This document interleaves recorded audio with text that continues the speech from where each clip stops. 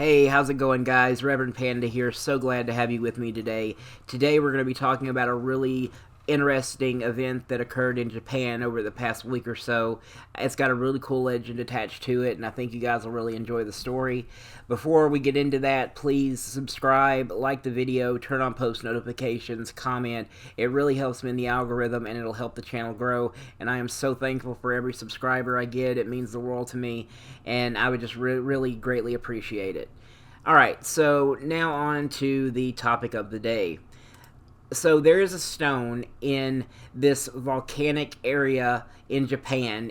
It's on the slopes of Mount Nasu, which is an area of Tochigi Prefecture in Japan and near Tokyo. It's got a lot of hot springs nearby. It's especially famous for its hot springs, and it's also famous for this stone. Now, in the Japanese mythology, this stone, which is called, let's see if I'm pronouncing this. Please forgive me for my pronunciations because I am not very familiar with the Japanese language, so forgive me. But it's called Seisho Seiki, and that translates to killing stone. And it's called this because anything that gets in the area of the stone will die. It's rumored to die. So it's got kind of a morbid legend associated with it, and the reason that it has this aura or this legend is because the stone is supposedly the entombment or prison of a demon named Tamamo no Mei, who was a beautiful woman who was exposed as a nine-tailed fox, or a kitsune, who was working as part of a plot to kill an emperor. So she was part of this plot, Tamamo no Mei was, and when she was defeated, she was transformed into the stone where it became her prison. So what happened recently, the stone has been a big tourist attraction. It has a rope around it, and a lot of people come to see it and hear the legend, and it's just a really cool little local legend. Well, within the past week or so, the stone broke. It broke into two parts, and that freaked a lot of people out. Now, not everybody believes in the legend. They just think it's a cool story, but they are upset because that is a really important piece of that area's culture, and they're heartbroken that it's been destroyed.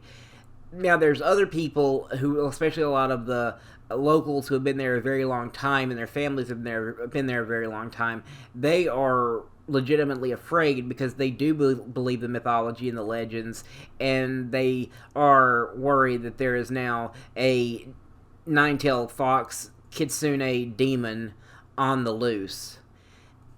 And another thing that they looked into is, of course, since it was broken in two, that a lot of people assumed it could have been vandalism. So they had local experts investigate, and it turned out, as to what they believe, that moisture had seeped in through holes in the rock and basically weakened the internal strength of the stone, which caused it to break. So they don't think any vandalism had occurred. They think it was just a natural process. But regardless, it's kind of creepy to think that there could have been a demon imprisoned there, and now they're loose, which it wouldn't surprise me the way the world has been the past 2 years. Just adding a demon to the mix doesn't seem very unlikely. But that's it for the story. I just wanted to try something different. I didn't script this. I'm going to continue to do creepypastas. I have another creepypasta coming up within the next week or so. My next video after this that will be posted is another kind of true horror story. It's a countdown of 3 famous cases of mass hysteria, and I think you guys will like that one. If you want me to do more of these, comment. Let me know if you like these, the non-narrated creepypasta and non-narrated true horror. If you just like this very off-the-cuff, just hanging out and talking, let me know if you guys like that, and I'll do more of these in the future. But I guess I'll end it there. Thank you so much for watching. Subscribe, turn on post notifications, comment. like the video. All that's so greatly appreciated. And I will see you guys next time. Have a great day or night, whatever it is where you are. Thank you very much.